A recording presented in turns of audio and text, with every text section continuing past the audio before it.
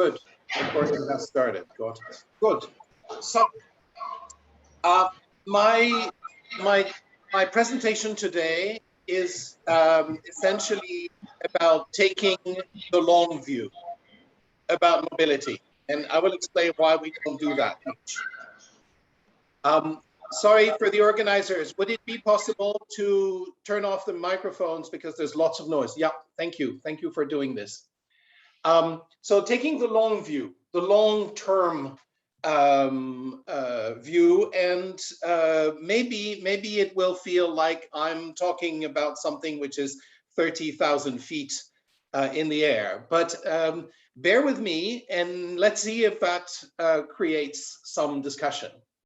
So the first thing I'd like to say, if this wants to work, sorry, don't seem to be able to move my, I'm doing this. Oh, sorry. Sorry, I have difficulty with the PowerPoint. I will do that again. Okay. And now I need to do this. And can I move? Yeah, good. So the first thing I'd like to say is that we talk a lot about the reasons why migrants come because of what happens in their own country. Conflicts and poverty. We rarely talk about why they come to our countries.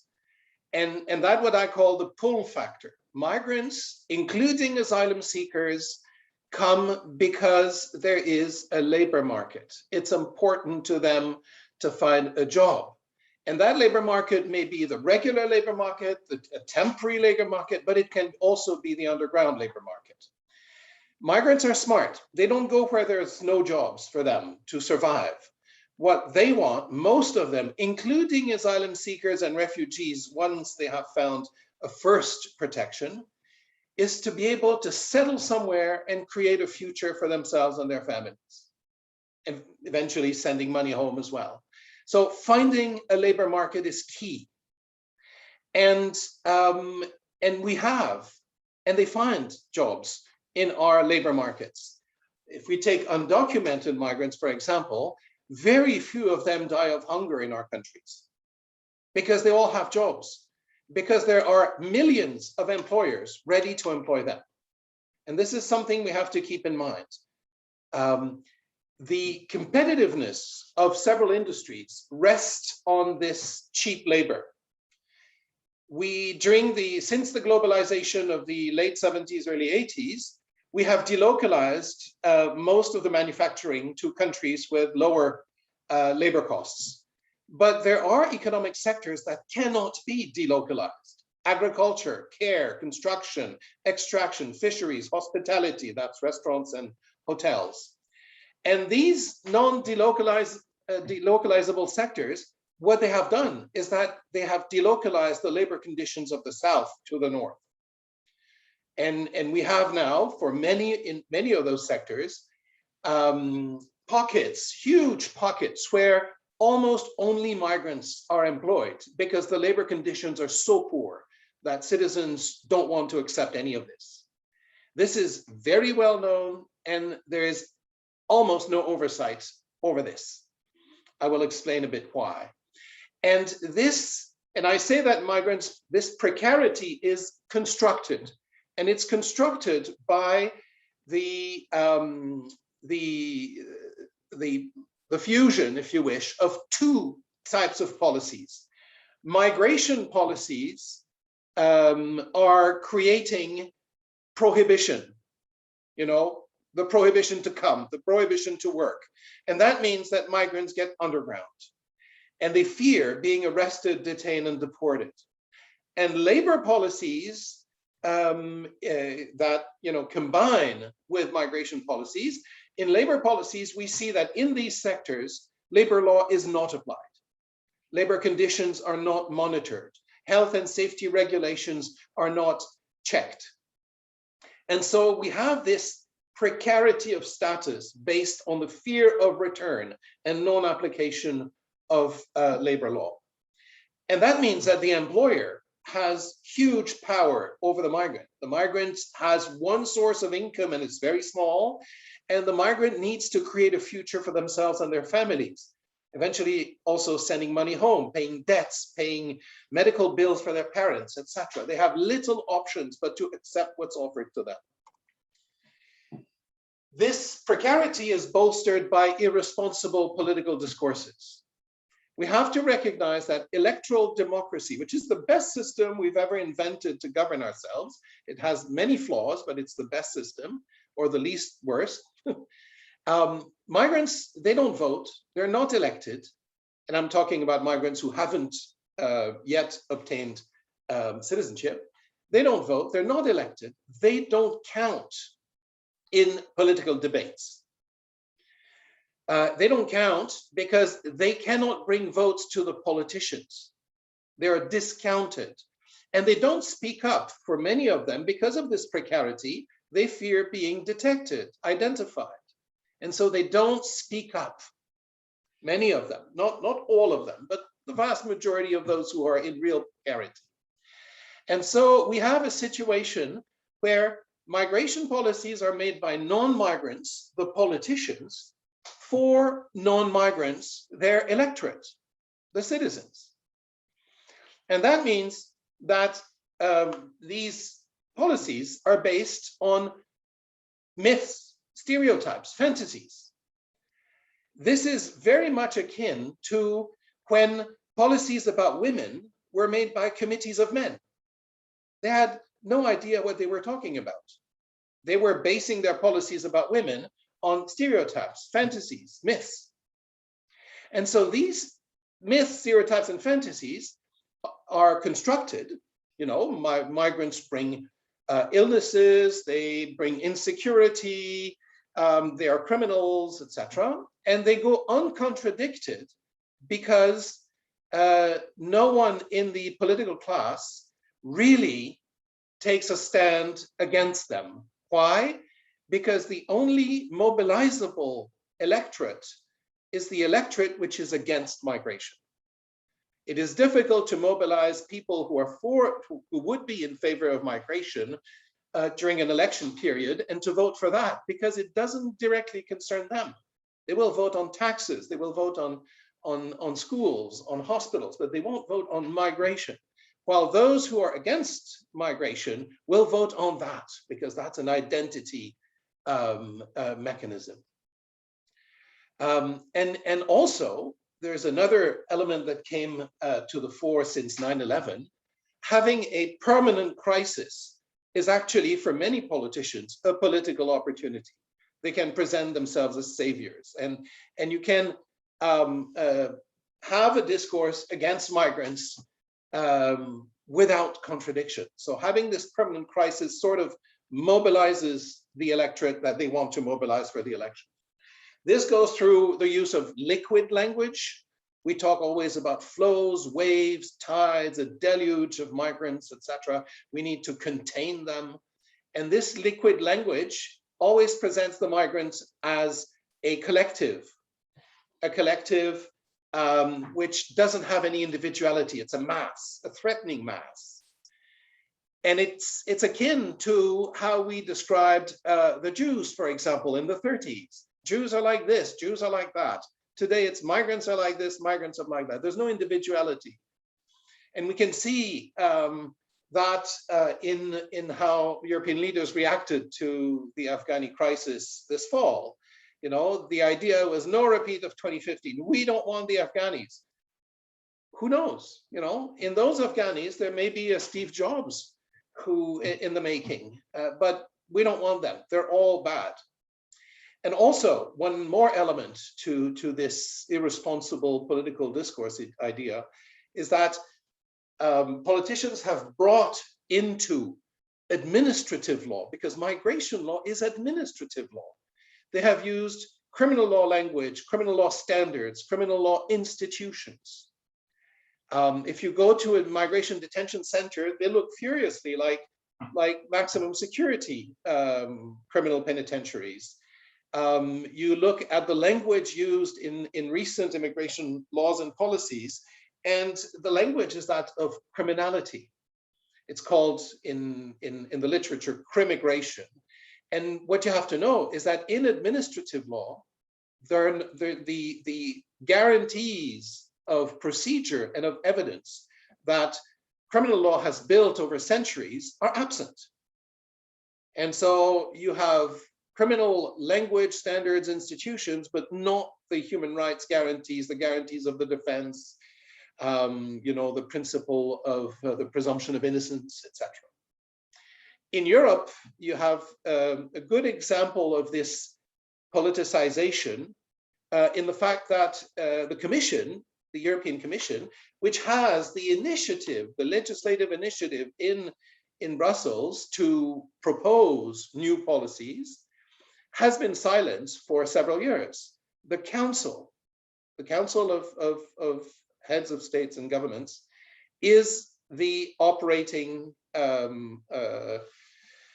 body, and they have taken over the migration policy, or whatever migration policy is. They have taken over. Why?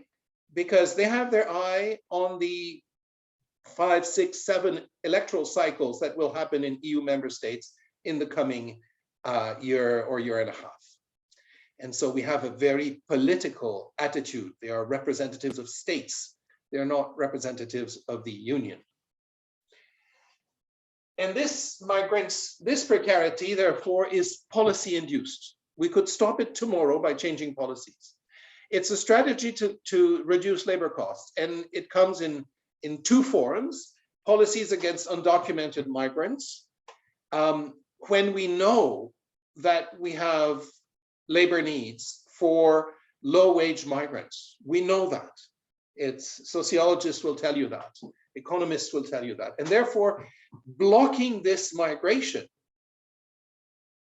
means that we don't acknowledge those labor needs. And we push them underground. They will come because there are millions of employers who need them to wash dishes or change sheets in hotels. And yet we don't want them, and we push them underground in the hands of smugglers. And the repression against them silences them and pushes them even further underground.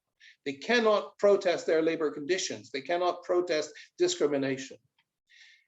On top of it, this prohibition actually creates, entrenches, and subsidizes the criminal elements. There was no smuggling between Italy and France for 20 years, thanks to the Schengen common area, until 2 or 3 years ago, France wanted to stop people, especially Tunisians, at the border of France, between France and Italy. And within a week, the pathways through the Alps were rediscovered by smugglers to help their clients. And so prohibition of migration creates underground markets and creates the criminal elements that are exploiting the migrants. And we have sort of replicated part of this in the temporary labor migration programs with a precarious status, especially when you have a single employer temporary status like the kafala system in the Gulf states or the sponsorship system in Canada and Australia. This means that the employer, like for undocumented migrants, has a hold on the life of the migrant. The migrant cannot complain, because if the migrant is fired, he or she will lose her job, but also her residence permit and her work permit. And that means she has to go home. And that's the last thing they want. They need to support their family. But in temporary labor migration programs, we can see that, for example, in Canada, standards are not applied. Domestic workers in my province of Quebec do not benefit from the health and safety regulations, labor regulations. Inspections are essentially absent. They're actually working very often hand in hand with immigration to hunt down undocumented workers rather than applying labor law to all workers.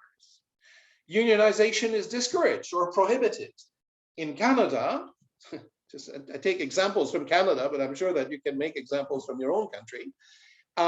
Unionization is prohibited for agricultural workers in Quebec and Ontario, because the provinces don't want them to to unionize, because that would raise the cost of food, and the provinces don't want that.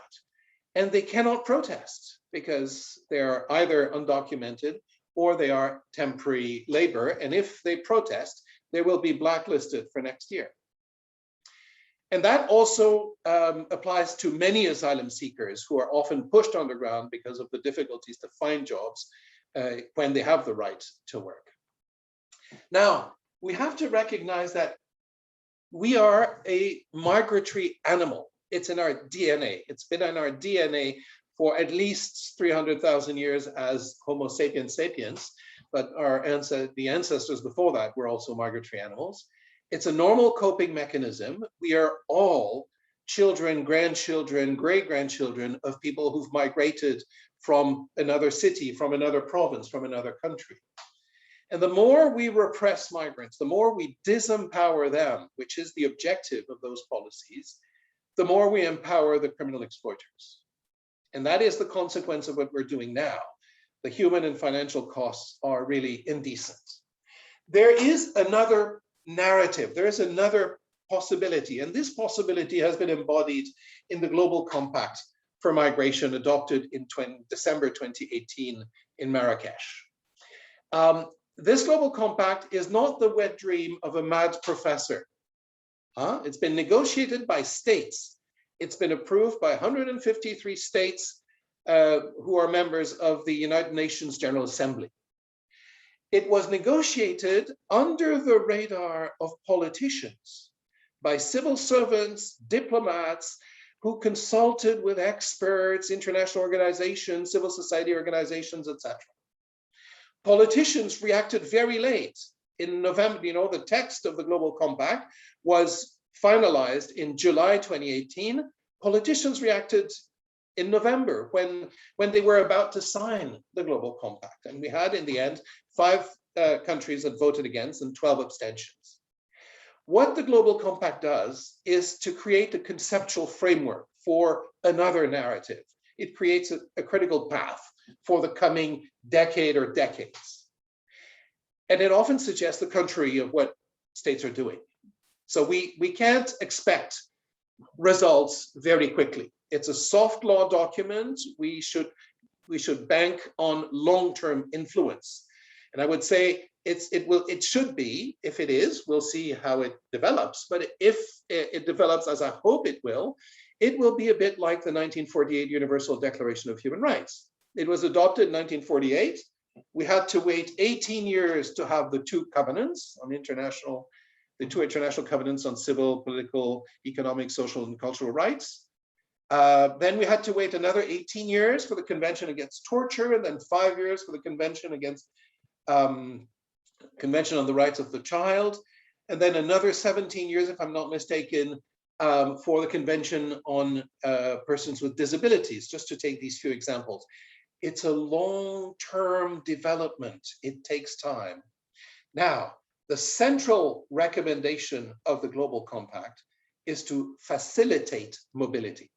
It is mentioned, the word facilitate is mentioned 62 times in the English negotiated version of the Global Compact. It's not happenstance, facilitating mobility, which is the contrary of what most countries are doing.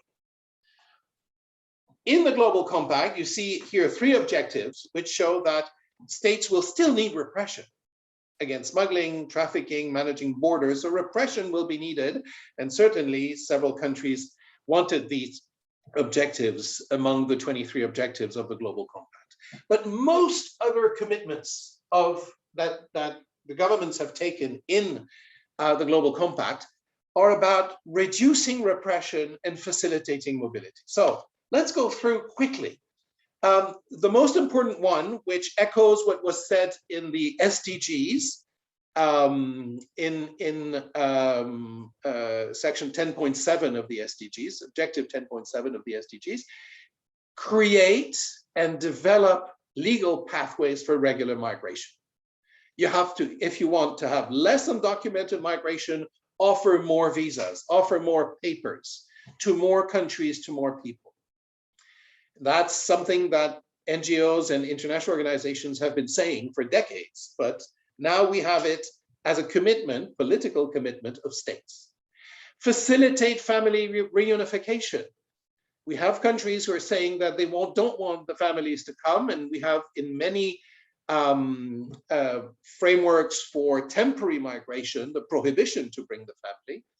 But in this global compact, the states have accepted a right to family life, which is familiar to Europeans because it's in the European Convention of Human Rights, but it doesn't exist really at universal level, not even in the Convention on the Rights of the Child. The family is very important, that's mentioned everywhere, but to have a right to family life, i.e. you have the right to bring your family, whatever the circumstances, that's not really mentioned anywhere. Guarantee fair and ethical recruitment and decent work. Well, that is just applying labor law. It's not rocket science. Apply your labor code to all workers and all workplaces. It should be obvious, but manifestly it's not. Facilitate change of employer and transition between statuses without fear of arbitrary expulsion.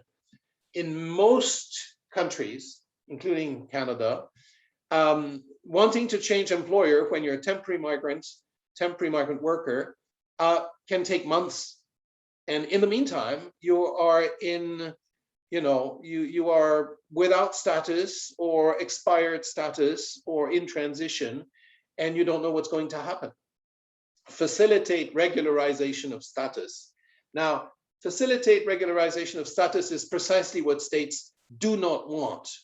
And it's interesting to see that the word regularization in English has, in the English version, negotiated English version, the word regularization has disappeared.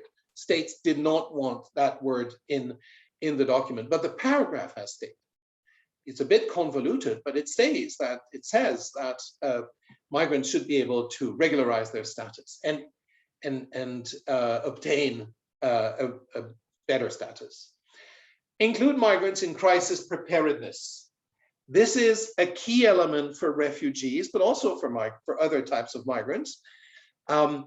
If Europe had organized itself and offered 100,000 places in 2012 to the Syrians, and 200,000 in 2013, and 300,000 in 2014, building up an infrastructure for welcoming and integrating migrants, with civil society, with international organization, there might have been, Mediterranean crossings that would be, done by smugglers, but the crisis would have been mostly reduced, greatly reduced, and the perception of the populations of Europe, seeing these migrants arriving by plane, being welcomed by NGOs, being housed temporarily while they take language courses, etc., would have been completely different than the moral panic that we've seen when the scenes on Greek beaches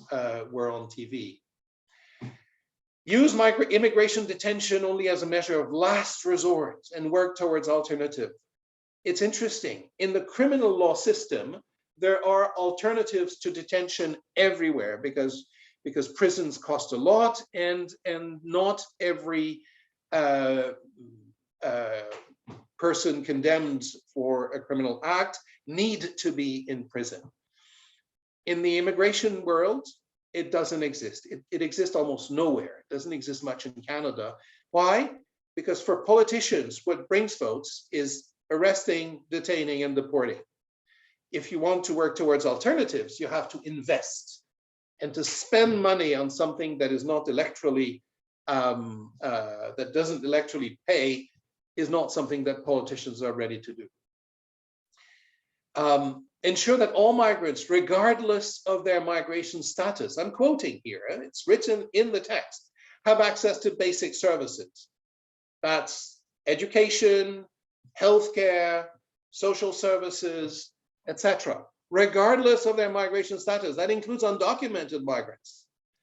And that is this is a good practice of several states. And I'm pleased to say in Quebec this fall, children of undocumented migrants have now access to the national healthcare system in Quebec. So it happens, it's possible, it's based on all sorts of considerations, including principles of public health, but it means that all migrants should have access, and including through the implementation of firewalls, which is the idea that public services should not communicate information about their clients or patients to immigration enforcement authorities, that there should be a firewall between the databases in order to make sure that migrants do not fear going to the hospital or going to school. Foster cohesive and inclusive societies by empowering migrants. It's the first time I see in a public document adopted by states the word to empower migrants, which is extraordinary because the whole strategies of that I've seen, that I've told you about on creating precarity, are precisely about disempowering them so that they can be exploited and their labor conditions can be reduced. Promote open and evidence-based public discourse. We're very far from that still. Facilitate mutual recognition of skill. That's a mantra that's been said for many, many decades, and it's not happening in many countries. So the Global Compact is not perfect. There's nothing about refugees and asylum seekers because you have the Global Compact on refugees as well. Privacy rights are not mentioned. Access to justice are barely mentioned. The Global Compact doesn't mention really gender or the role of cities, which is more and more important, or even the role of the ILO, the International Labour Organization. And most importantly, there's no mention of the fact that host countries, by creating exploitative labor markets, are actually creating a pull factor for migration and have a responsibility in not only the undocumented migration, but in the creation of the smuggling rings and in all the deaths in deserts and at sea. This is not even mentioned in the Global Compact. So there's a way forward that the Global Compact is indicating. And what is most missing for immigration policies is the long-term strategic planning that countries do for all other policy sectors. For energy, infrastructure, transport, healthcare, education, city, urban planning, food security. We have departments that plan for 20 years, 30 years. The highways that we are building today were often designed 30, 40 years ago. So we do that in all aspects of governance. We don't do it for mobility, integration, diversity policies. The immigration policies are always reactive. Oh, there is an incident. Oh, we need to change the law. Suddenly people arrive, we need to change the law. And we certainly don't plan for emergencies. Like, the Syrian crisis had been building up for years before 2015. And still Europe didn't do much to try to not contain, but to try to take on this crisis and prepare. And that to me is something that needs to be done. We need to start thinking in terms of long-term strategy, including all departments and stakeholders, and asking tough questions. How many people do we want? How big should the population of our country be in 2050, in 2070? What are the sectors where we need people? How should we allow people to come in and go and come and go and come and go, etc.? These are all questions that we need to ask, and we need to discuss that with the population so that the population is reassured that we're not simply blind to the buildup of crisis and suddenly overcome by the result of those crises. And so what the Global Compact is saying is that we should progressively allow more migrants to come and look for work and make their own contacts with employers. And that's developing the visa facilitation and liberalization regimes. And we should aim at an open and regulated movement back and forth across borders, allowing people to come and go relatively easy in order to make mobility easier, safer, cheaper, faster which will respond to the employer's needs much faster and in a much better way. And this is exactly what states have done when they have come together into free movement zones. That's what the EU is all about. That's why Romanians and Bulgarians, the last enlargement, were allowed to move through the EU and fill job needs in other countries of the EU. And that's true for the African Union, ECOWAS, SADC, Southern Cone of the Americas as well. We have to understand that governing migration is not about prohibiting it, because they will come no matter what. If we want to control migration, we have to legalize it, regulate it, and tax it. The key condition for that is to reduce migrants' precarity. We have to regularize most migrants out of the underground and expel the few of them that are real criminals, absolutely. I'm not against fighting crime. We have to apply labor law to all workers. And I know it's difficult in informal economies, but this is precisely the type of work that needs to be done over several decades. We need to implement labor inspections, employer sanctions. You know that the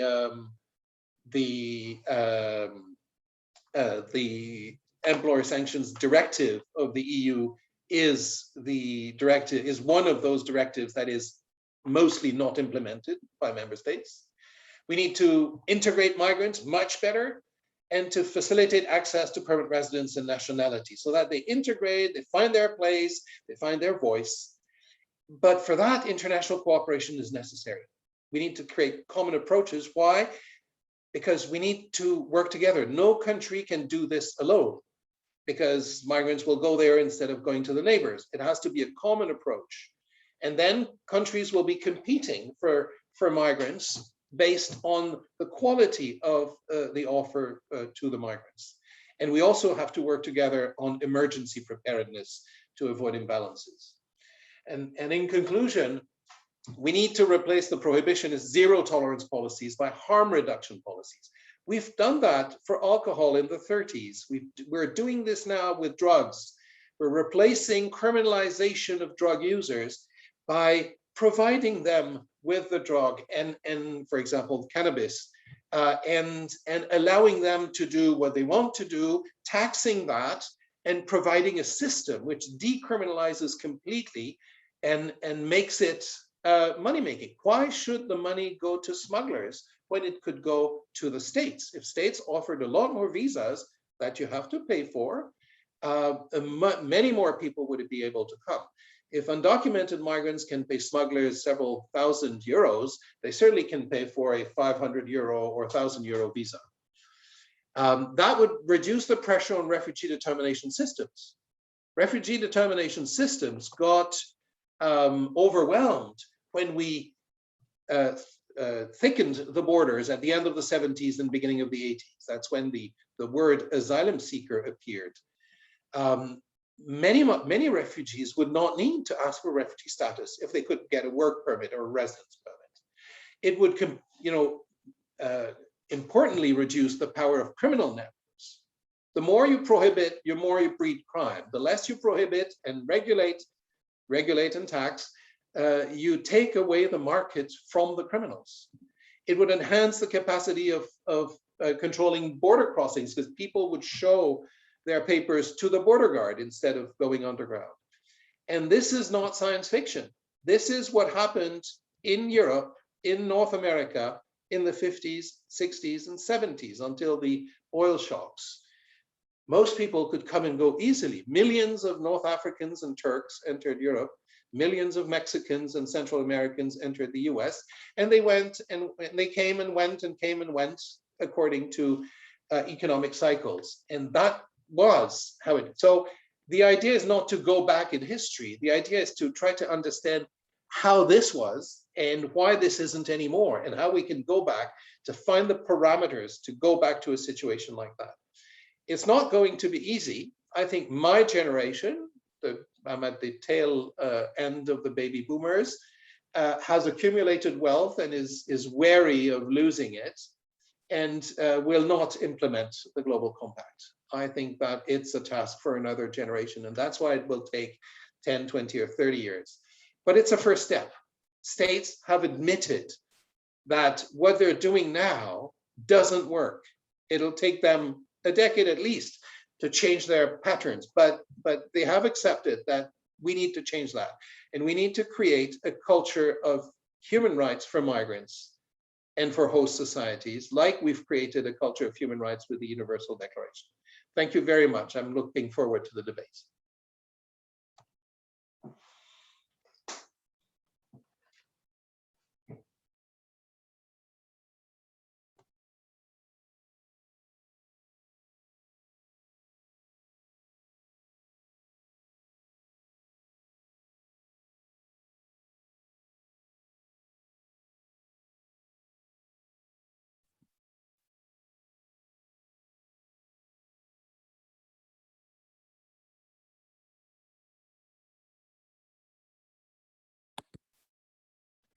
Okay, I have some slides to share, me too. So I try to share the slides.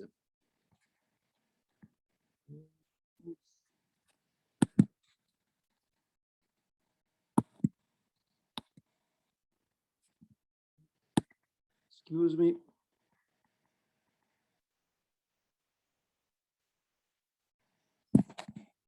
Here they are.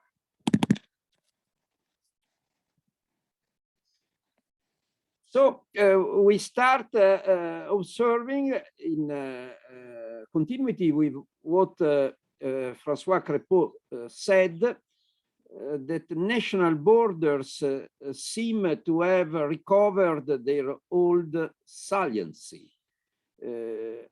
Following an author, Opeskin, the monitoring of borders can be defined as the last major redoubt of unfettered national sovereignty.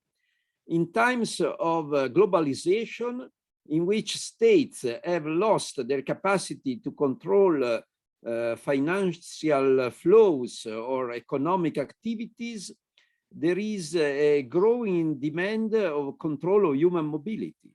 And the states try to compensate their weakness on the economic side, the control of economic activities, reinforcing or giving to their citizens and electors the idea that they are seriously protecting borders and with borders their security. We have not time to develop this aspect, but the link between borders, security, migration, terrorism is a crucial has become a crucial point of migration policies.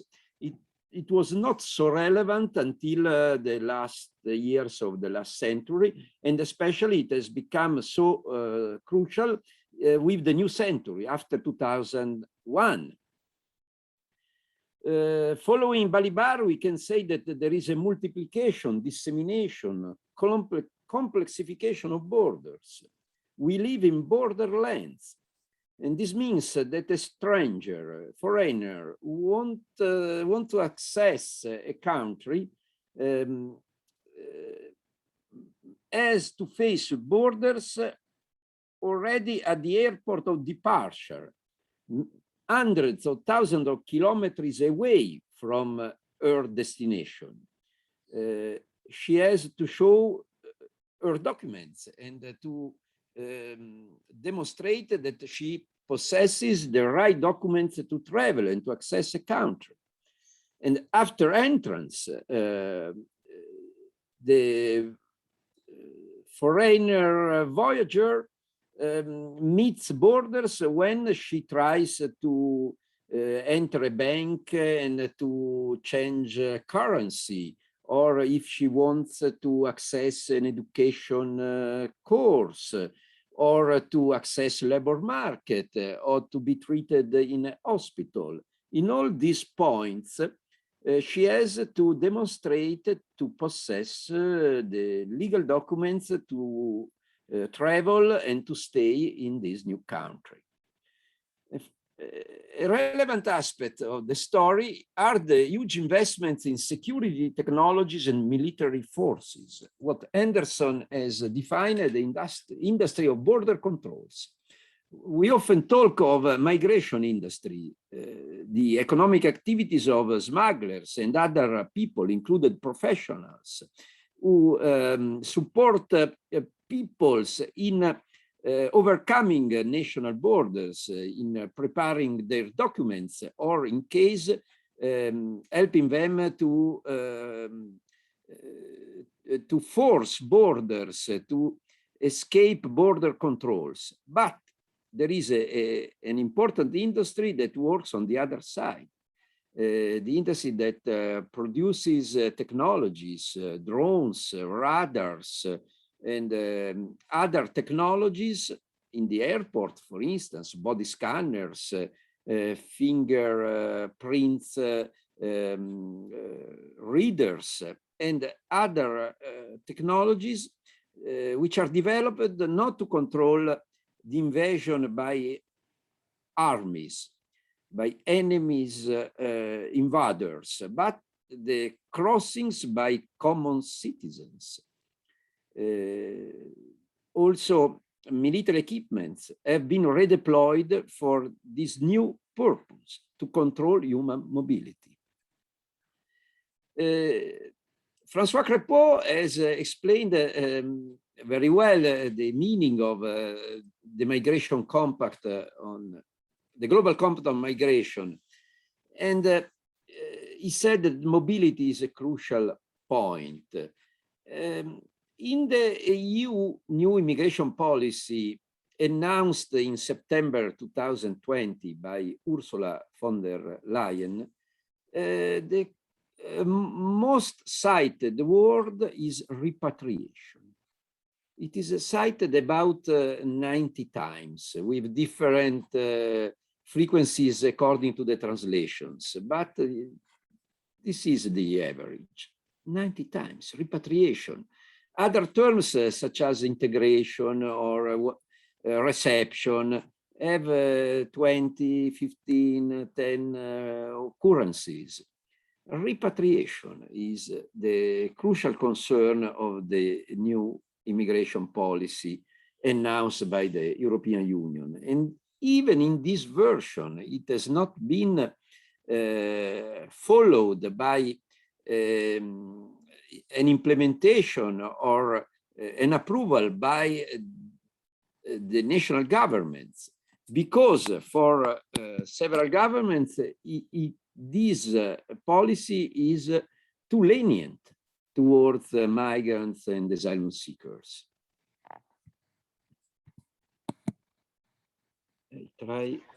Maurizio, scusa, potresti provare ad aprire il PowerPoint? Adesso, does it go better now? Thank you very much. Are you? Yes, it is going.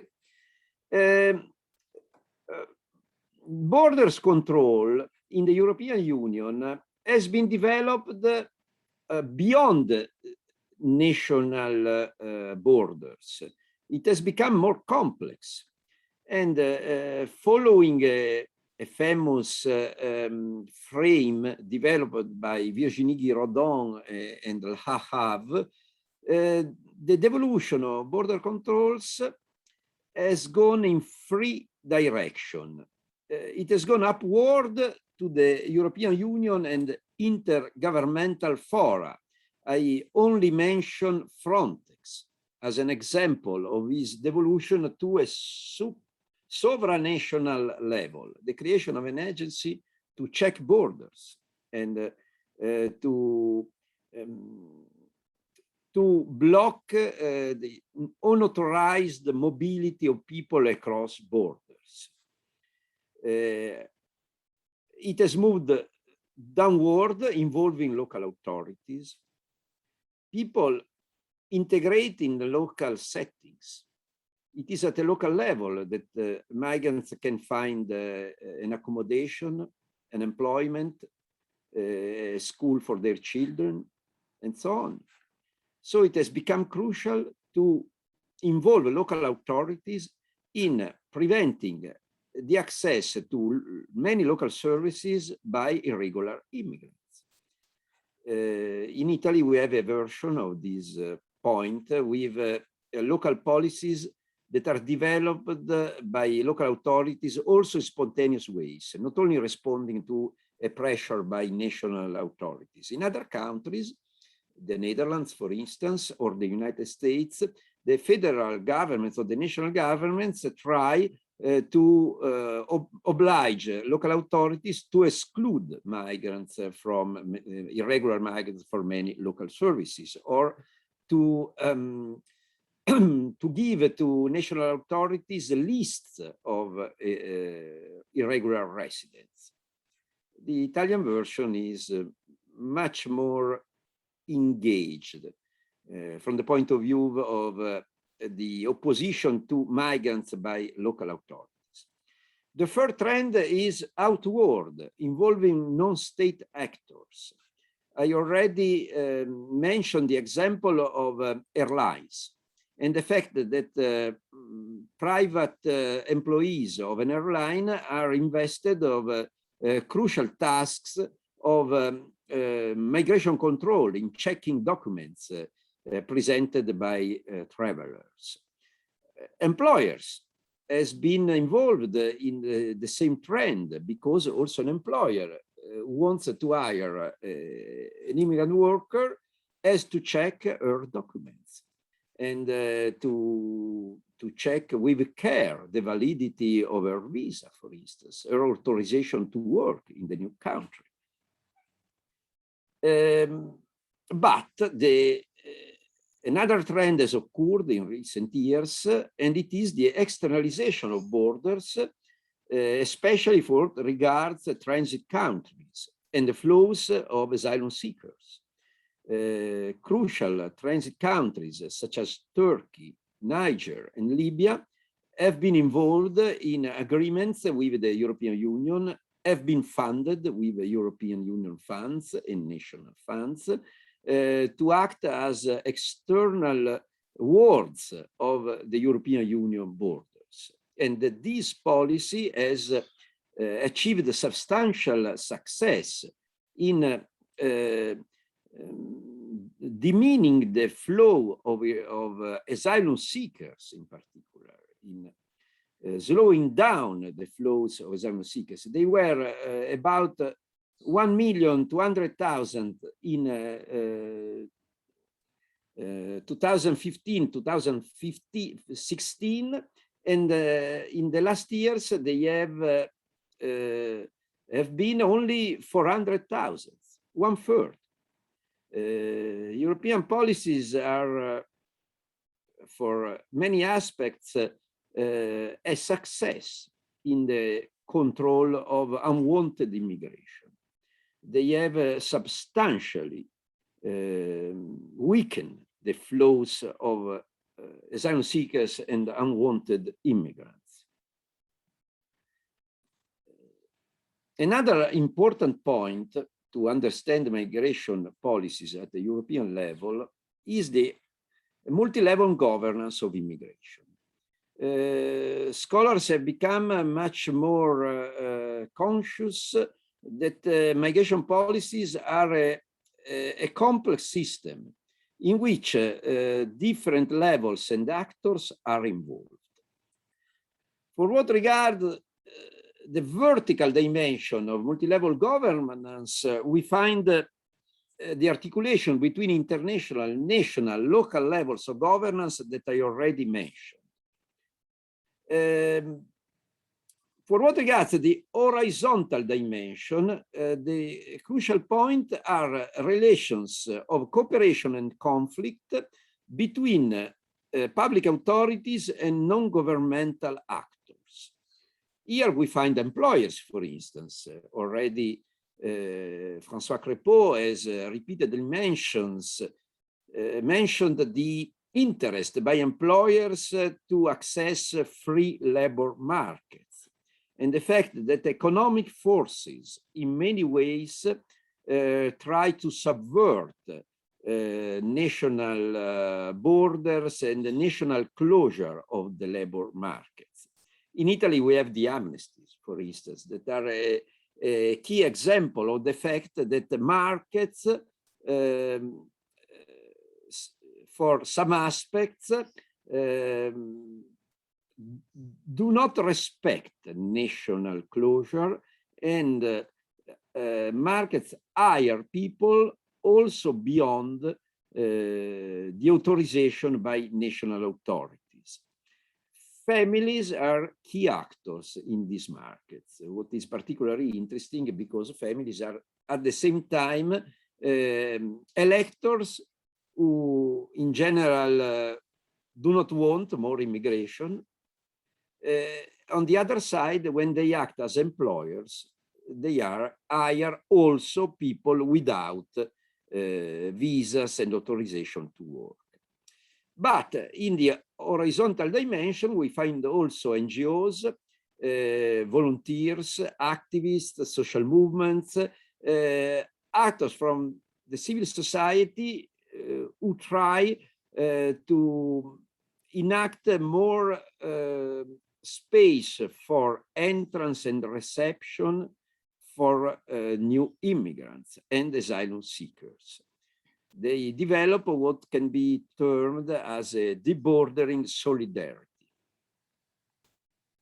So the idea of a negotiated order developed by some authors can be nuanced and problematized because the relations between public authorities and non-governmental actors in the field of migration control are often problematic, are often conflictual. But there is another part of the story we have not mentioned until now. The key word of migration policies at the international level in a neoliberal order is not exactly closure, but it is selectivity, as for instance INRS has showed. Governments of the global north have demonstrated a growing determination and a substantial capacity to close their borders to unwanted immigrants. But they do not enact a rigid border closure. Here we can introduce the concept of mobility regimes.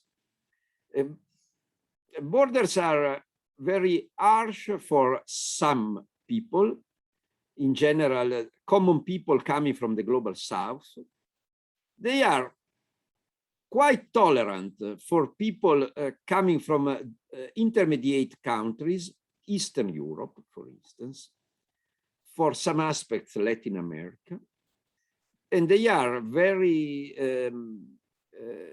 easy to cross for people coming from the global north and for the elites coming from the global south. We can say from this point of view that mobility for the happy few of the world have never been so easy to cross as they are in our present political landscape. The selectivity of borders is based on three main criteria that I can term as the three P's: passports, pockets, and professions. First of all, we find the power of passports. There is a global classification of the capacity to enter other countries without a visa. And in this classification, Japan holds the first position with 190 countries accessible without a visa. Whereas on the other side, Iraq holds the power to enter only 3 countries without a visa. So there is a distance from 1 to 6. The European Union countries are obviously among the first ones in the list. Italy can access 186 countries without a visa. It occupies the 6th place in the list, if I mention well, if I remember well. Second, there is the power of pockets. I already mentioned the freedom of movement of the elites. But what is also interesting is the fact that a growing number of states grant the citizenship to investors, not only access, not only a visa, but directly the citizenship. And in this case, there is no problem of time of residence, of learning the language, or demonstrating loyalty to the receiving country. The money is the criterion used to check the right to these people to access citizenship. In the European Union, Malta and Cyprus have these rules. And exploiting this opportunity, for instance, some investors from Russia has accessed citizenship of Cyprus, and in this way, free movement in the European Union, overcoming sanctions against Russia and Putin's government. I think also Bulgaria has introduced this rule, what we can term the jus pecuniae, the right to citizenship connected to the money, not to the blood or to the soil or to residence, the jus pecuniae. The third criterion is the power of professions. The European Union has introduced some years ago a blue card for highly skilled immigrants. The United States have the green card, and the other non-European Western countries of immigration have similar venues for the access of skilled migrants. But not only highly skilled managers, researchers access a blue card or a green card. The most important profession for what regards the international mobility of skilled migrants are health professions. According to the International Organization for Labor, about 100 million of people work out of their country of origin in the sector of health and assistance, including the basic level of the assistance hierarchy. In Italy, we know the phenomenon of the care workers working in Italian families, taking care of old people. So health professions are the most important sector of mobility. Countries such as the Philippines or India provide crucial resources to the rich Anglophone countries of the world in terms of nurses. And some estimates say that there are more African medical doctors out of Africa than in Africa for the same reason. So there is a care drain by developed countries of health resources of less developed countries.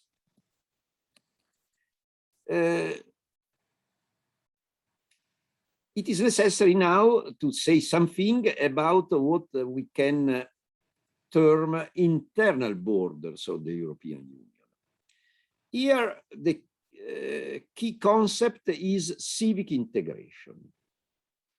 In general, official policies in Europe do not talk of assimilation.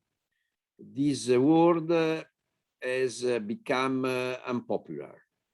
But civic integration is now the prevailing trend in the European Union after 2001. Civic integration means a new emphasis on learning the national language, the national culture, the national constitution or fundamental laws.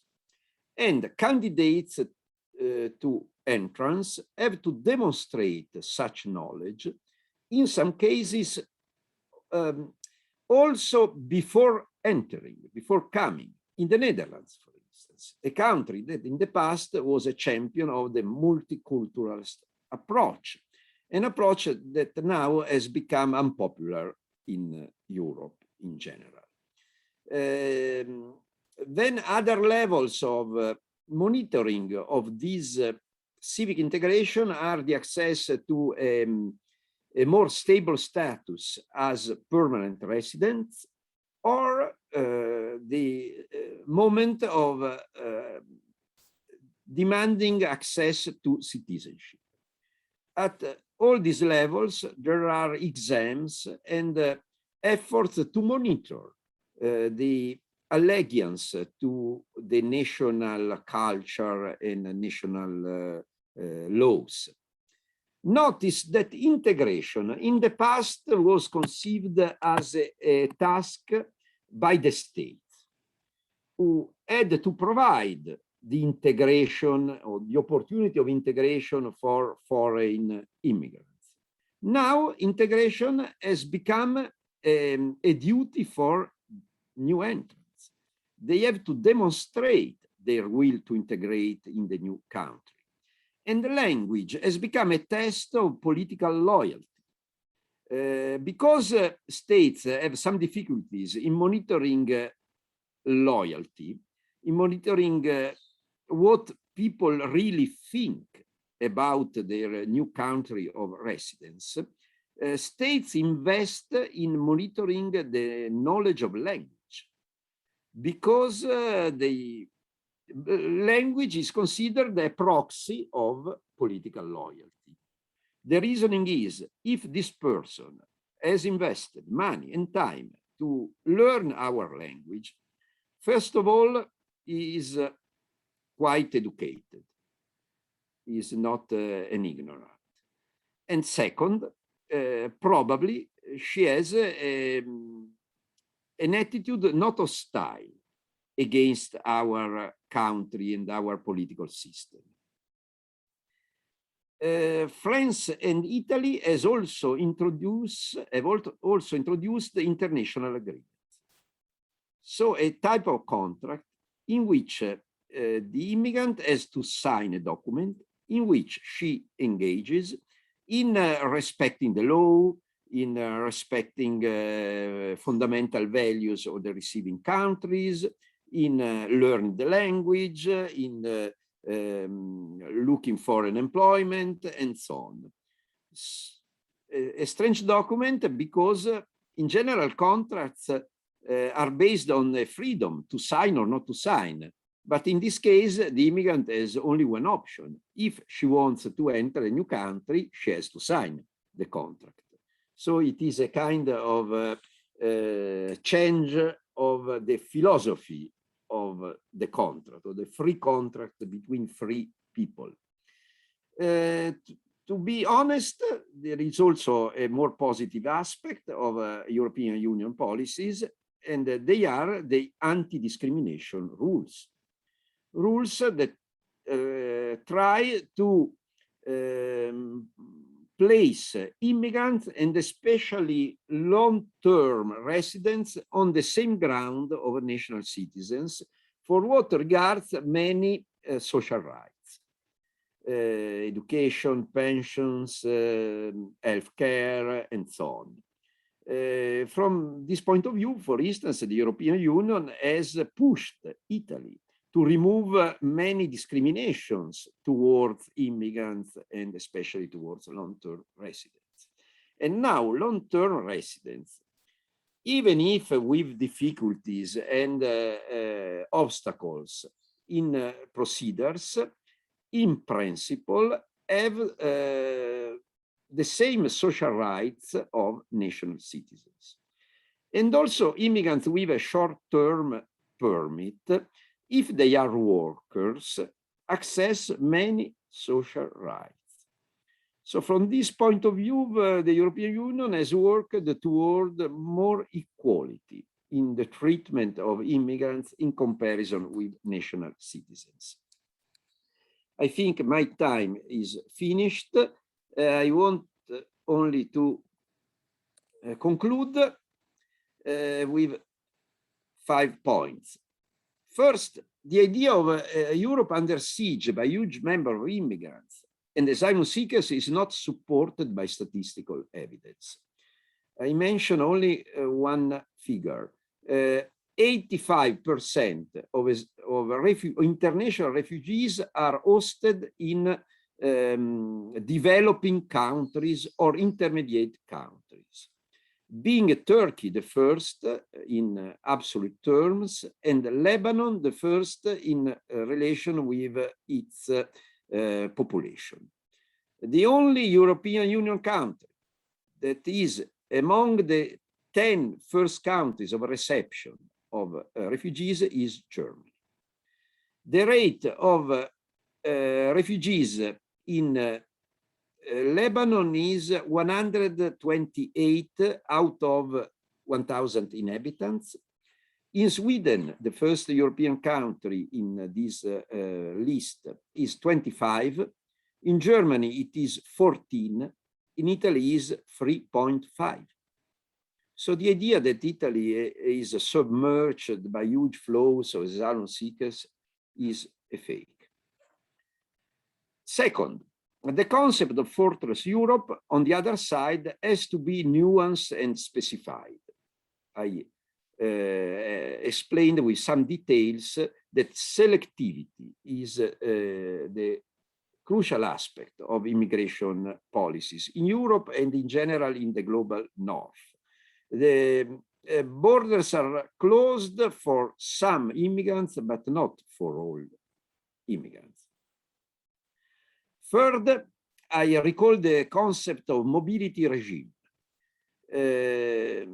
Borders have been externalized to contain and to block the entrance of unwanted immigrants, but on the other side, the mobility regimes favor the access by professional immigrants, by wealth people, and also for some aspects, also the access of students that enjoy some privilege from this point of view.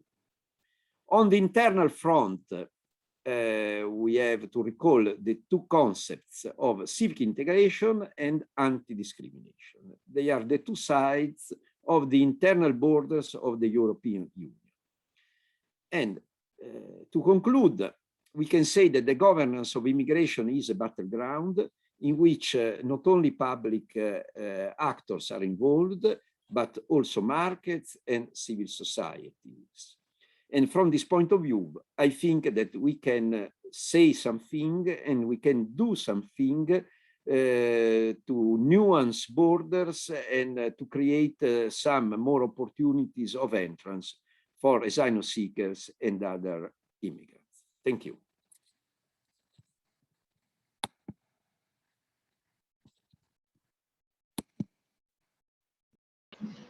Thank you, Professor, for these insights about migration policy in Europe. I think there are some similarities and differences between Canada from one side and Europe and Italy from the other side. I would like to ask the same question to both of you about the public discourse regarding migration. I always have the impression that in Canada, the public discourse about migration is not divisive. François, do you see any change in that direction? And for Professor Ambrosini, the question is similar. So, do you see any change in that direction? So, I mean, kind of a bigger issue regarding public discourse on migration? I think you asked the question to me first, so I will answer first. you have to understand that Canada is well protected against spontaneous migration movements. In order to get to Canada, you have to either take a plane and cross 3 oceans or go through the US, which means that it's very difficult to get to Canada generally. And so we don't have the type of spontaneous arrivals that happen on the southern border of the US or on the Mediterranean or the eastern borders of Europe. Which means that we don't have this scarecrow that is one of that spooks the population. We don't have the images of the Greek beaches, you know. We don't have this. And when we had it, because we've had it a little bit during the Trump administration, where when the President Trump started to crack down on irregular migration, we had people who had lived in the US for many years and who started coming to Canada. And one year, I think it was 4 years ago, we received 50,000 people over the year. And suddenly there was a reaction in the public discourse. Borders were not safe. We didn't know these people. They could be criminals, etc., etc. The same type of discourse happens elsewhere. The advantage of Canada, the geographical advantage of Canada, means that Canadian immigration policy is relatively shared across the political divide. We have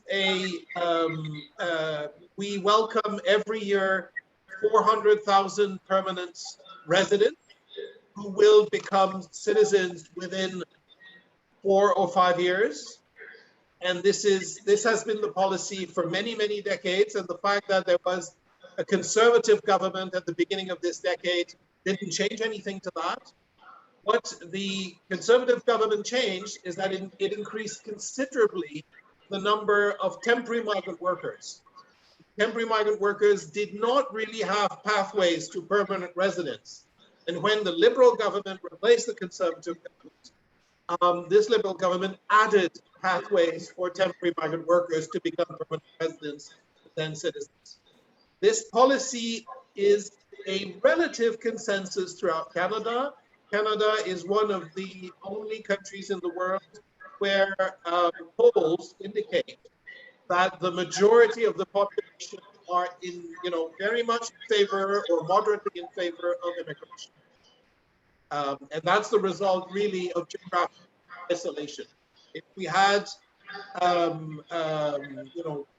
movements to the border like the US or like Europe, we probably would have the same.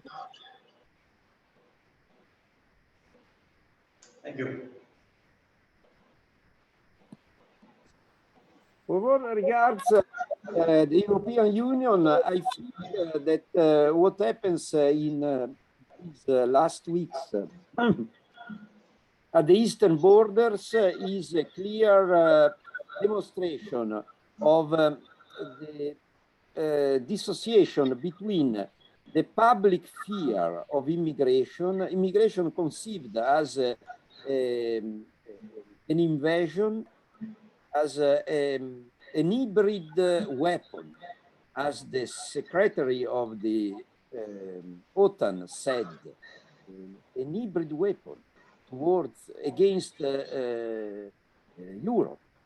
This decoupling between the numbers and the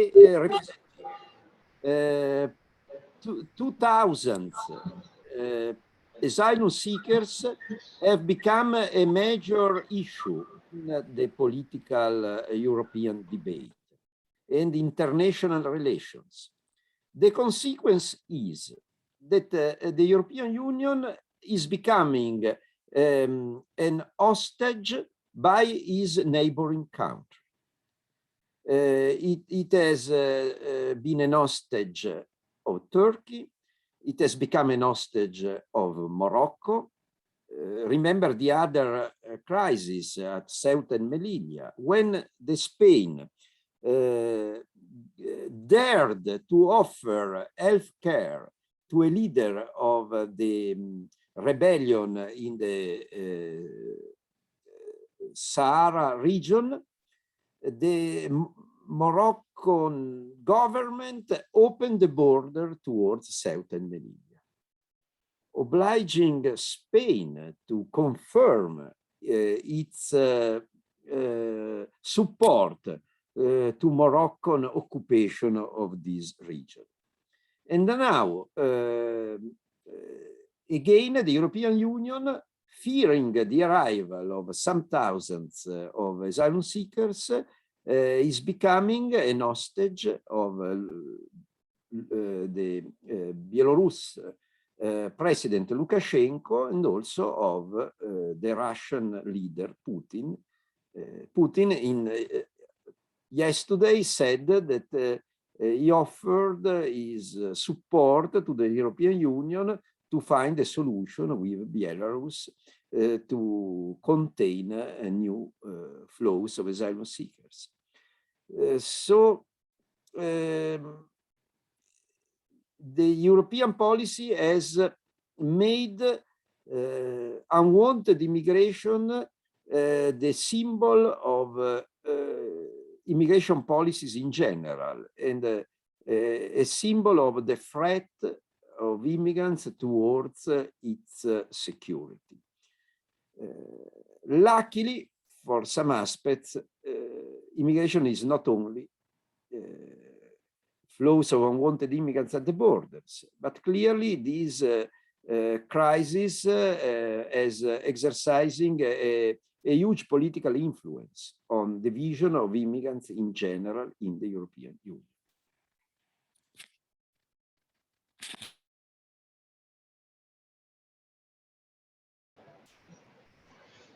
Thank you very much for the interesting presentation. I have a couple of questions and comments about what has been said. And the first one is about the first slide of the first presentation, when it was presented the migration as the migrants coming, looking for job, looking for money, while I think, yes, there is a vast majority coming for job, but there is, I think, many other reasons. And for example, in my recent ethnography in Sudan, while I was asking the reason why they wanted to move, why they wanted to come to Europe, it was a much more varied reason. For example, there was people that was looking for, let's say, freedom, looking for human rights, going to live in a place where they could express themselves, or people coming because of the welfare state, or people coming because they wanted to have other gender relations in society, express themselves in a more free way. So I want to ask you a comment about the reason and why job is portrayed as the main reason. And also we can see, for example, people coming from Afghanistan or Syria, or they come because of the conflict, because of violence, they suffer in their country, not necessarily looking for a job. I wanted to ask a comment about this. And second question is about the Global Compact, that is often portrayed as restrictive or a problem, while, as was explained very well, if you read carefully, in most of the article, it boosts and asks for facilitating mobility and express the necessity for a more safer, easier, faster mobility. So I think we can make the point that we should discuss is how international organization and non-state actor would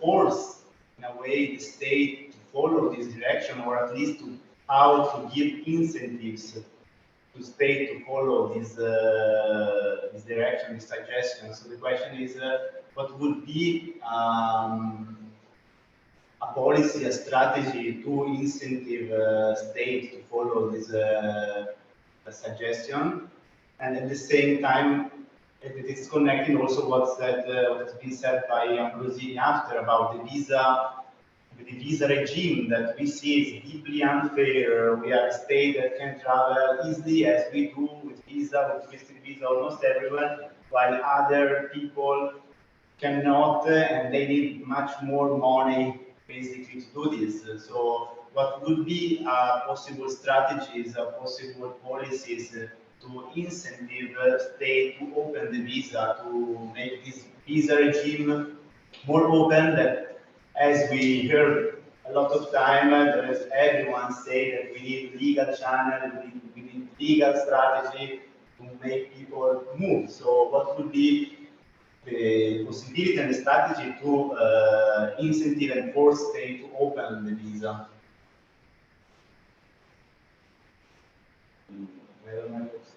Here.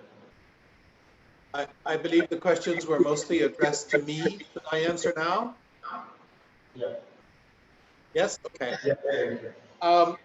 So the first questions, I think you're right. Migrants come for multiple reasons, but the common thread is that they're looking for a place where they can create a future for themselves and their family.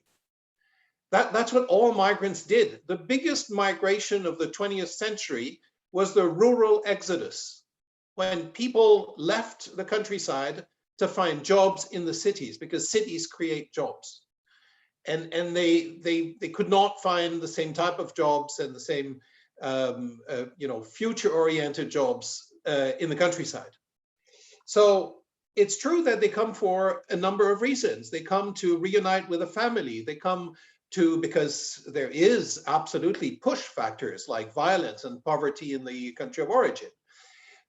But where they go is they often try to find a place where they can earn money, where they can raise kids, where they can pay the bills at home or pay the bills now, etc. They don't go to places they mostly don't go to places where there are no jobs for them. And that's true for refugees and asylum seekers as well. Once they have found safety, for example, in Jordan, Lebanon, and Turkey, there's little future for them there. There's no tolerance for them there. Accessing jobs for Syrians and for Palestinians in Lebanon is extremely difficult.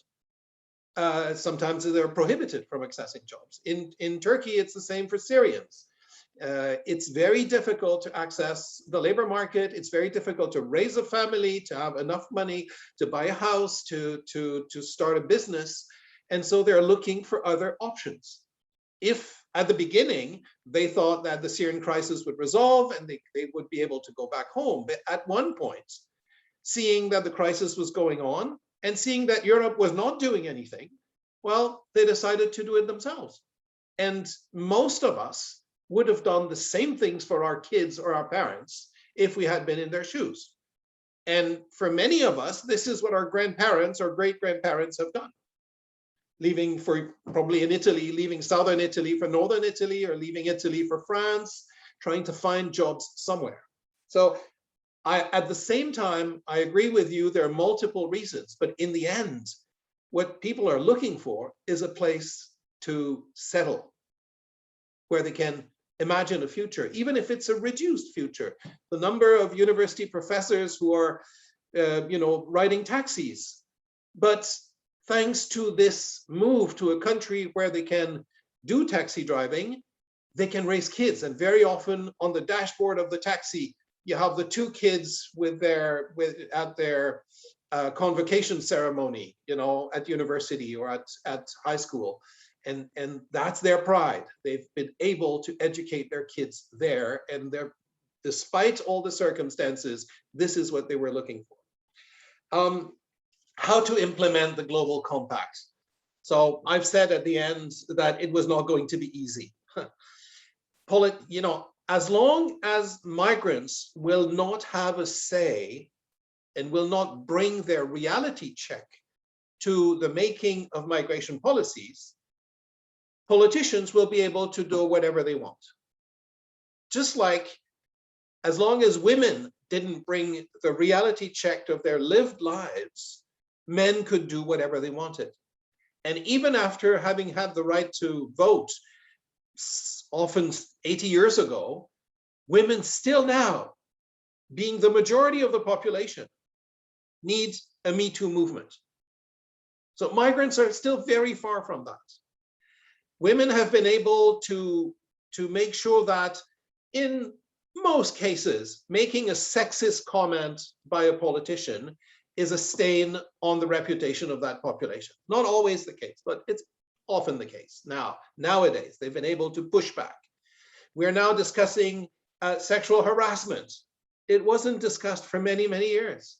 No, women have brought the reality check of their lived lives to the policy making and to the public, and created changed the public discourse about women by fighting, by several generations of women won fights one after the other against glass ceilings and others.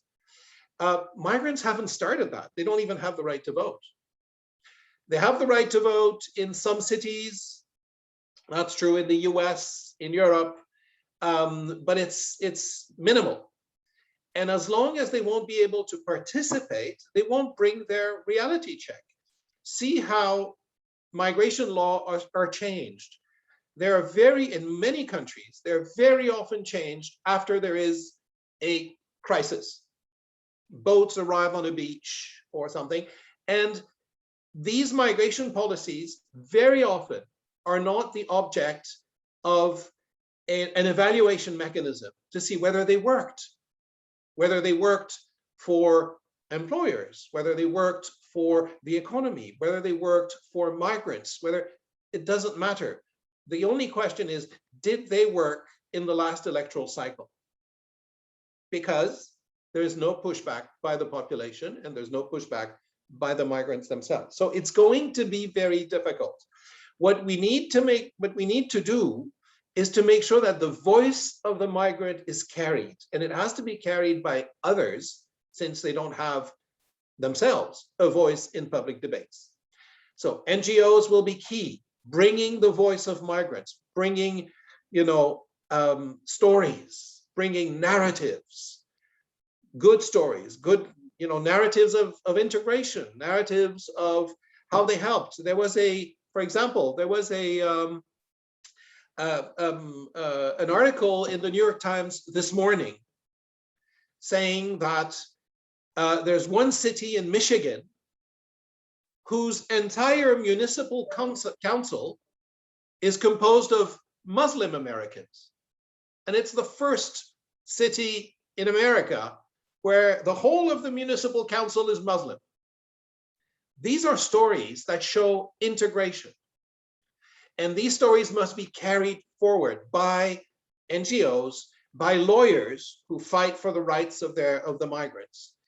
And I really count, but maybe I'm totally mistaken on that. I really count on unions. Unions are not in favor politically these days. We are in a de-unionization era, but unions were created by the lumpenproletariat after the Industrial Revolution in the 19th century. And we now have a lumpenproletariat of migrants. For unions at local level, very often, migrants were competitors for their workers who were reducing the wages, etc. And they didn't want migrants to include migrants in their members. It's changing. It's changing in agriculture, for example, because in many countries, migrants make 80–90% of the workforce. And so unions, if they want to have members, have to include migrants. But it's still difficult, for example, in construction. So I think that unions will discover that these migrants are their future. They are the future due-paying members of these unions, and I hope that unions will start unionizing. Now, it's very difficult to unionize people in precarity because they fear being fired for being part of a union or being unionized. This was the case in the 19th and beginning of the 20th century too, but it happened and it can happen again. So I'm counting on unions, but I'm also counting on the media. The media they love crises and they are often uneducated on migration issues. They repeat what the minister will say, but we now have, in very good media, we now have journalists who are very well educated on migration issues. If you read The Guardian, the New York Times, Le Monde, etc., you have a much better view. Yes, the yellow press is anti-migrant everywhere, but the media can change also minds, but it will take a lot of time. I also count on the fact that younger generations in urban centers are educated with friends from all over the world. Classrooms today are multicultural in most cities. And that means that they will not accept the kind of discrimination that my generation has accepted. Because in my primary school, everyone was white. And I was not raised with diversity, multiculturalism in mind. But now in most schools, except elite schools maybe, many people are raised with people with a different religion, different skin tone, different language, and they're their friends. And so at one point, that will count. That generation will bring to power this lived experience. And I count on them to create more space for migrants to speak up. Eventually, maybe we could detach the right to vote from nationality and give it to residents.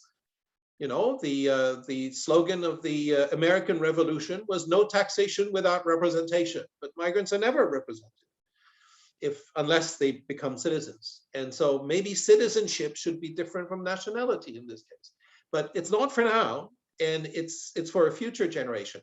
But this is the important point, is how to carry the voice of the migrants themselves so that they bring the reality check to policy making and policy implementation. And that will carry forward visa regimes. I think this is the way of de-escalating the fear of those migrants and making it for, over time, easier to have visa facilitation and visa liberalization with many countries. I'll stop there.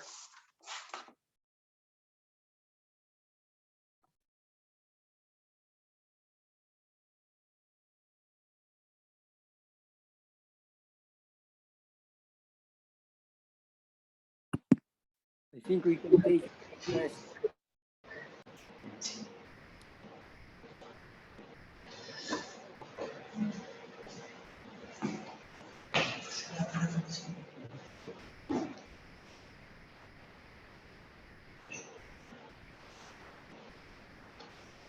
Please, Professor.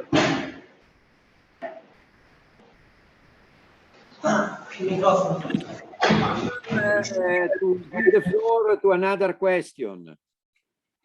François has already answered very well to the previous question. I do not want to take other time to the audience. Please.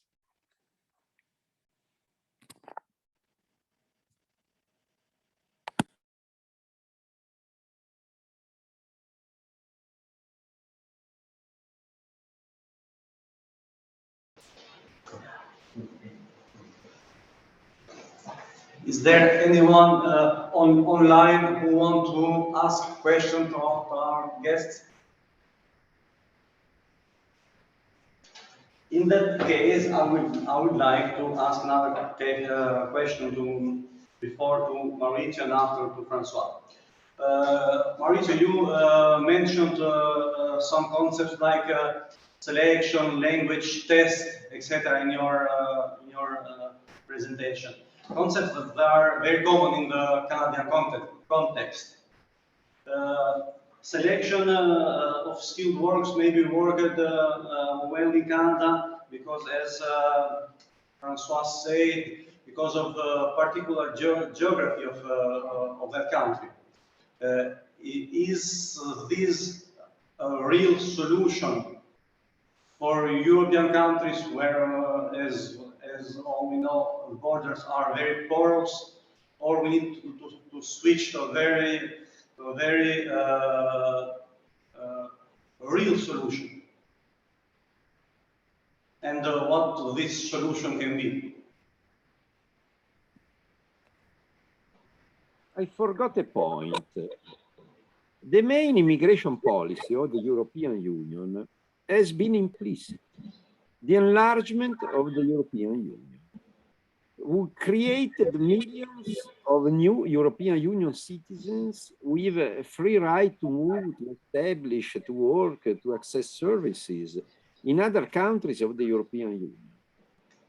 So one of the strange aspects of migration policies that there are some very visible issues and very debated, and there are other aspects of immigration policies that are quite implicit or unknown. For instance, the European Union has, beyond enlargement, exonerated citizens from more than 50 countries in the world to the obligation to have a visa to access the territory. All the countries of the non-European Union Balkan region do not need a visa to access the territory of the European Union as tourists. Ukraine and Moldova enjoy the same right. It's not by chance that in the last amnesty of last year, the first national group of candidates, the amnesty came from Ukraine. There is a link between softening the rules and exonerating some people from the obligation to have a visa and the formation of a population of irregular immigrants. Another implicit policy. We prefer to pull irregular immigrants from some countries than asylum seekers from other countries. The government in Italy, which eliminated the visa for the Balkan countries, for Brazil, was a center-right government headed by Mr. Berlusconi. And the government which exonerated the Ukraine and Moldova from the obligation of visa was the same center-left government that signed the agreement with Libya to stop the flows of asylum seekers. Implicit policies are often most important than explicit policies. Solutions. I think in the present political backdrop, it would be a progress to ask some specific questions. Not to speak of migration in general, but to ask, for instance, do you want nurses or not? Do you want students or not? Do you want care workers for seniors or not? If we change the type of questions from immigration in general, it is clear that people are against immigration, but oblige people, electors, and parliaments to discuss on specific questions. Do you want care workers or not? Do you want nurses or not? Do you want family reunifications, or do you prefer that people remain alone and depressed, being here without a family? If we manage to change the type of questions and to discuss on specific issues, I think we can have better answers and better solutions on specific points. For instance, some countries, Germany and Japan, has very prudently, but started to open some opportunities of access for working immigrants with not highly skilled, but with intermediate qualifications. This is another way to change the type of questions. I dare to say that I will be in favor of a program of seasonal workers, much more large than the present quotas. Present quotas are less than 31,000 entrants, and 18 of them are seasonal workers only, in comparison with the dimensions of agriculture, catering sector, construction sector in our country. And the other 13,000 are specific categories, students who change their visa, or immigrants coming from other European Union countries. It's nothing.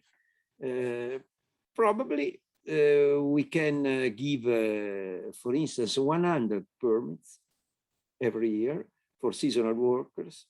Many of them are happy to work some months in Italy and then to come back to their country with the money they saved. In the small region of Trentino Alto Adige, we have a flow of seasonal immigrants of about 40,000 people each year coming from Eastern Europe. Every year they come and they go back to their country, they come again the following year, and this system works. After some years of seasonal work, we can give a permanent permit.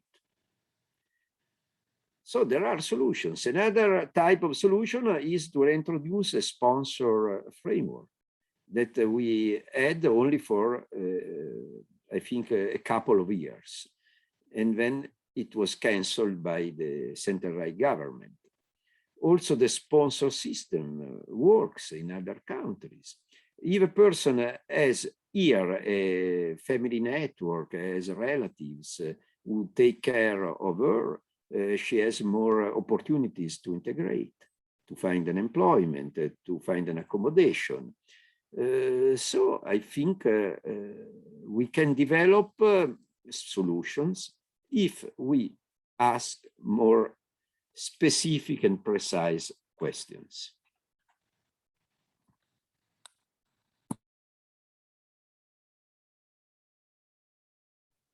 If I may, I would like to continue this conversation with Maurizio.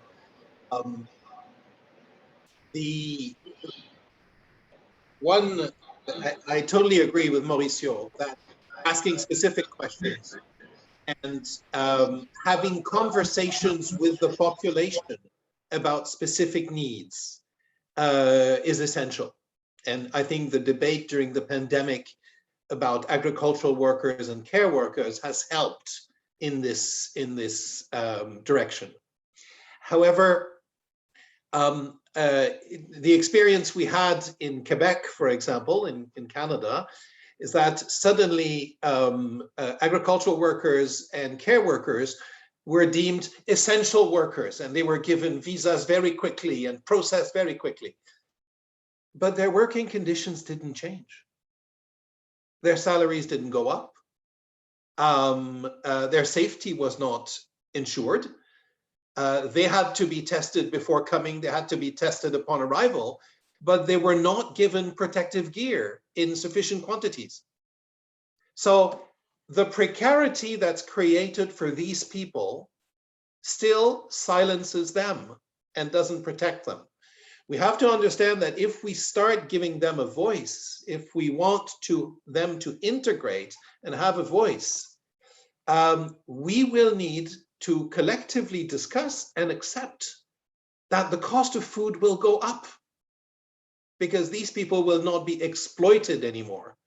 They will have lower salaries, But the idea would be to go from exploitative labor markets as we have now in agriculture, for example, and for hospital orderlies in the care world, for example, who are foreign, maybe some asylum seekers, some undocumented, some under sponsorship programs, where all of them fear being returned home. All of them do not dare speak up for fear of losing whatever little status they have. As long as we keep that fear, we won't have labor markets that are functional, and we will keep certainly the cost of food and the cost of services down, but we will have this group of people who are an abscess in our society. If we want them to integrate, we have to give them a voice. And when we give them a voice, they will claim their rights and they will ask for protection like anyone else. And so we have also to start a conversation on what kind of labor markets we want, what kind of agriculture we want. I've met agricultural workers in east of Napoli who were paid €2 per hour for 10 hours of work in the fields, 20 euros at the end of the day, and they worked on average 3 days a week, because the other days they were not picked up by the owners of the farms. So they had 60 euros for their week, and they lived. The group I met they were 250, and they lived in 3 houses made for one family, with 2 bedrooms at the top and 1 bathroom. So 250 male workers in 3 small houses, and the owner of the 3 houses came every month to pick up the rent from the 250 people. And his son was a carabinieri and was accompanying. So we have here the example of how the exploitation is institutionalized in most of our countries. It's not different in Canada. I give you the Italian example because it's striking, but it's not very different in Canada. It's not very different, certainly not different in the Middle East and in many countries. It's institutionalized, and that is something that will have to be dismantled. And I think it can be dismantled, and it can be dismantled by the work of unions. And that's why I insisted on unions, because we will have to accept that the price of food, for example, will go up, but this won't be a catastrophe. Like at the beginning of the 20th century, the barons of industry were saying that if we let unions get into our industry, it will be a catastrophe. Well, it was not. It was an adjustment. It was an adjustment to cost of living. It was an adjustment, but collective bargaining has been the way to create more equal relationships in the world, in the labor world, and to allow people to speak up and use their voice. And I think migrants will need that. And this is not something that we can replace by more programs. Sponsorship programs are excellent, but if they result in people being exploited the same way that undocumented migrants are exploited, it's not going to work. And we have that in Canada. Every summer, we have sponsored agricultural workers coming with a visa from Jamaica or from Caribbean or Latin American countries. And every year we have horror stories of migrants who finally denounce the fact that their lodging is awful, the hours are insufferable, the food is detestable, etc. We have that, and there's no labor inspection to speak of in these sectors of work. For the simple reason very often that labor inspectors are in cities and agricultural workers are far from the city, and labor inspectors don't make the 2 or 3 hour car ride in order to get there, and then the 3-hour car ride back. And that is one of the key issues that we are going to face. Farmers are very happy of the low cost of labor. And the mayor of the village is very happy that there are 17 farms that are operating in the village.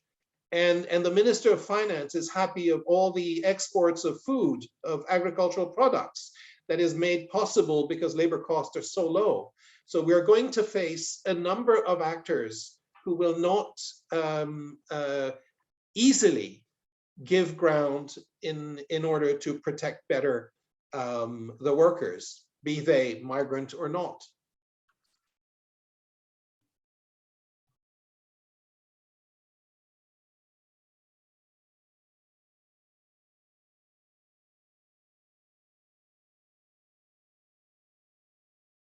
Okay. So thank you again. Thank you again to both of you for sharing with us your opinions, comments this evening here and this morning in Canada. I think it was very, very interesting for us as researchers, but also for our doctoral students to hear from two experts on migration issues. So thank you again, and well, we can yes. Yeah. Thank you very much for inviting me. I was very happy to have this conversation with Maurizio, with you, and with your guests. It was an honor to be with you. Thank you. Thank you again. Also from my side, and see you again, I hope. Thank you, Maurizio. Bye. Bye. Bye. Bye. Bye.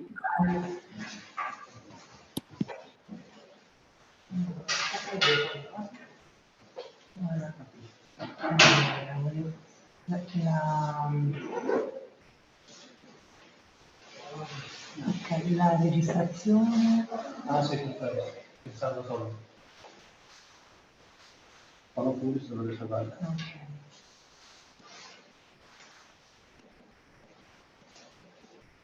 Aspetta, qui invece Dovrebbe fare Andrea, prova. ci vediamo. Ci vediamo. Domani.